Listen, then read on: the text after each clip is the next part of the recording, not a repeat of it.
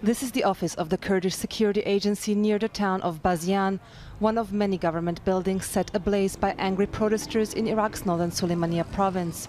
It's a defiant show of dissent in a region where security forces use deadly force against anti-government demonstrators. Many here are afraid to show their faces on camera in fear of being targeted. We don't have no money, we don't have no work, we don't have no food. We're not going to stop this till we're going to remove this government. They kill our people, they kill 3 innocent people. They're shooting us, they're killing us for nothing. In nearby Chamchamal town, mourners gathered to pay their respects to the family of 23-year-old Adham Yahya, shot dead on Monday by security forces who opened fire at demonstrators. At sunset, we went to our brother's shop on the main street. He didn't participate in the protests, but then the armed men of the Kurdish Democratic Party opened fire at the protesters and he died. The protests began over the non-payment of government salaries, but have spilled into broader anger at the ruling parties in the semi-autonomous Kurdish region. In Chamchamal, the situation is very bad. Yeah, there's no have electricity, no have water, no have nothing. There's no security. All is mafia. Everywhere in Kurdistan, North Iraq, it's all is mafia. The unrest comes amid a deepening fiscal crisis brought about by a decline in global oil prices, which has exposed long-lasting structural problems.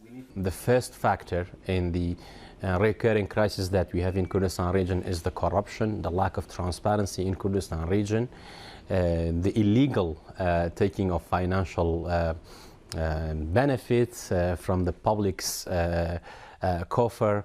The Kurdish regional government is supposed to get a share of the central government's budget to cover public sector salaries, but Baghdad has refused to pay up because the region is selling its oil independently rather than through the central government. Kurdish politicians say they are being denied a constitutional right. There is a constitution in place and let it be the judge between us and Iraq. Therefore, this issue should be resolved within the framework of the constitution. But the Iraqi government owes the Kurdistan region billions of dollars. The drop in oil prices has shifted attention to non-oil revenues like customs duties. Every year, billions of dollars in goods enter Iraq from Turkey via this border crossing in the Kurdish region. But some say much of the customs revenue is siphoned into private pockets. In October, the government implemented a new system to automate financial reporting to boost transparency. For years, the federal government of Iraq and the regional government of Kurdistan have quarreled over how to share revenues. In August, they agreed to split customs revenues from border posts like these, but since then, new political tensions have hampered the implementation of that deal. The latest demonstrations have put pressure on the Kurdistan regional government to agree to Baghdad's terms to release the budget.